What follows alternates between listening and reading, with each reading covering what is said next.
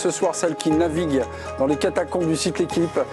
En cuanto a los goles no tengo nada que decir, porque todos conocemos aquí. 최근 국가대표 경기는 이강인 없이 설명이 되지 않을 정도입니다. 3경기 4골 2도움, 심지어 밀집 수비로 밀어붙인 싱가포르를 뚫어버린 것도 이강인 선수였으니까요. 아무리 약한 팀이라 하더라도 수비만 하기로 마음먹고 나온 팀을 정면에서 무너뜨리기는 힘듭니다. 필드 플레이어 10명이 골키퍼 바로 앞에서 2줄 간격으로 줄줄이 늘어선 데다 클린스만은 그렇다 할 전술조차 제시하지 못한 채 선수들의 역량에 맡겼죠. 이 때문인지 전반이 다 지나도록 그렇다 할 골이 터지지 않았는데요. 손흥민의 프리킥, 조규성의 발리슛, 황희찬과 황인범, 이재성의 돌파와 중거리 슛마저도 골문을 열지 못했습니다. 시원시원한 플레이를 기대했던 대한민국 국민들에게는 그야말로 속 터지는 전반이었는데요. 득점기를 연 주인공이 바로 이강인 선수였습니다. 전반 44분 손흥민에게 공을 받은 이강인은 날카로운 배우 공간 패스를 찔러줬고 조규성이 이를 받아 득점으로 만들었죠. 철벽 그 후 후반전에 멘탈이 완전히 무너져버린 싱가포르를 상대로 대한민국은 줄줄이 골을 기록했는데요. 이강인은 2번째, 3번째 그리고 4번째 골에도 공격 기반을 마련했을 뿐더러 5번째 골은 강력한 왼발 슛으로 직접 마무리하면서 대한민국의 승리에 마침표를 찍었습니다. 그런데 이 장면을 지켜보고 있던 건 대한민국 국민들뿐만이 아니었습니다.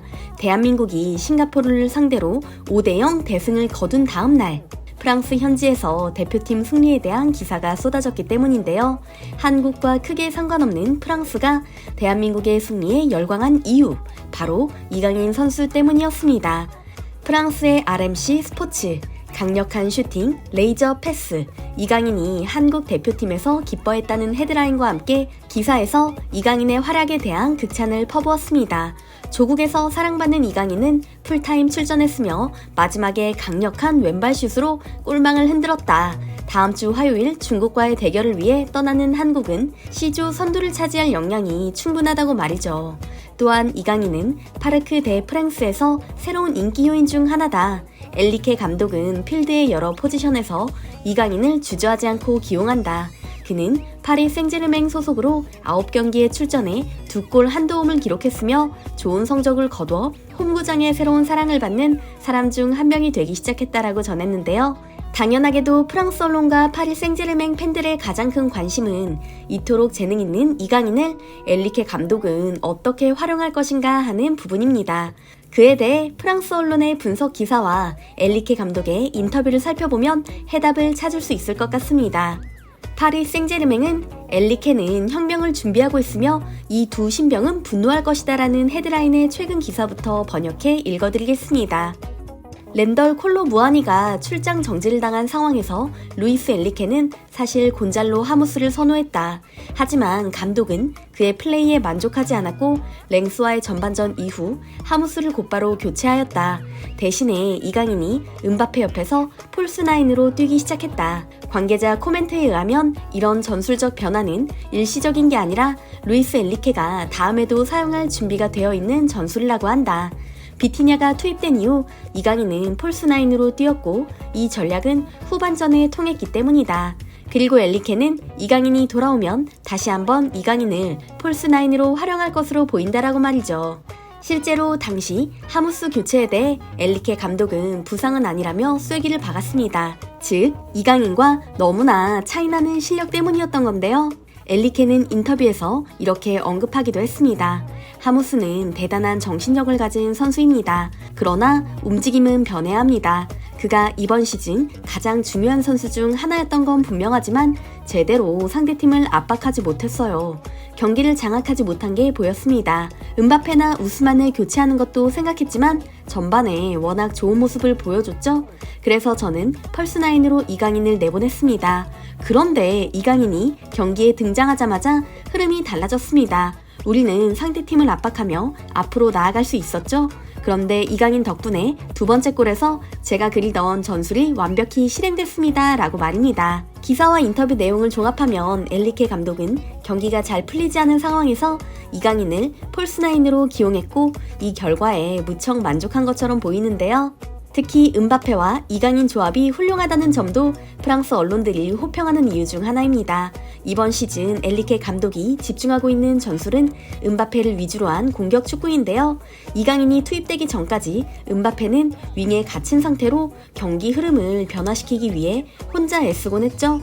그러나 이강인이 펄스9으로 뛰면서부터 경기 흐름이 확 달라졌습니다. 기가 막힌 찬스를 만들며 음바페에게 몰아주다 보니 음바페 역시 이강인을 아낄 수밖에 없는데요. 축구에 대해 누구보다 진심인 두 천재. 경기장은 물론이고 훈련장에서도 부쩍 친해진 모습을 보여주고 있죠. 지지부진하기만 했던 파리 생제르맹의 성적에 날개를 달아준 이강인. 엔리케 감독이 한국의 월드컵 예선 경기를 챙겨보며 이강인이 부상이라도 당하지 않을까 가슴을 졸이는 것은 당연해 보입니다.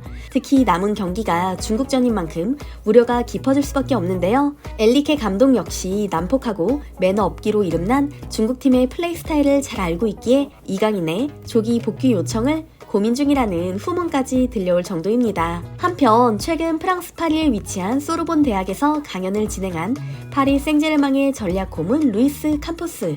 이강인 영입에 중요한 역할을 한 것으로 알려진 그마저도 이강인의 이름을 입에 올렸습니다.